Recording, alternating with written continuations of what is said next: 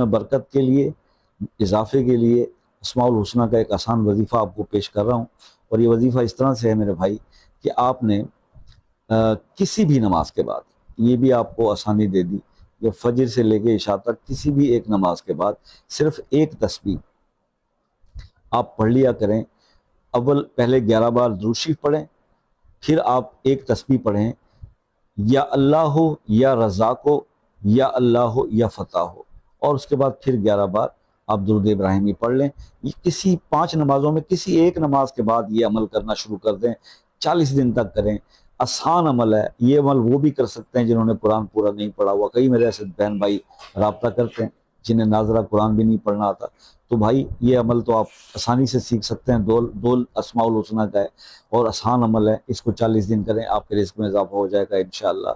अल्लाह के हुक्म से अल्लाह ताला इसमें बरकतें और इजाफे डाल देंगे।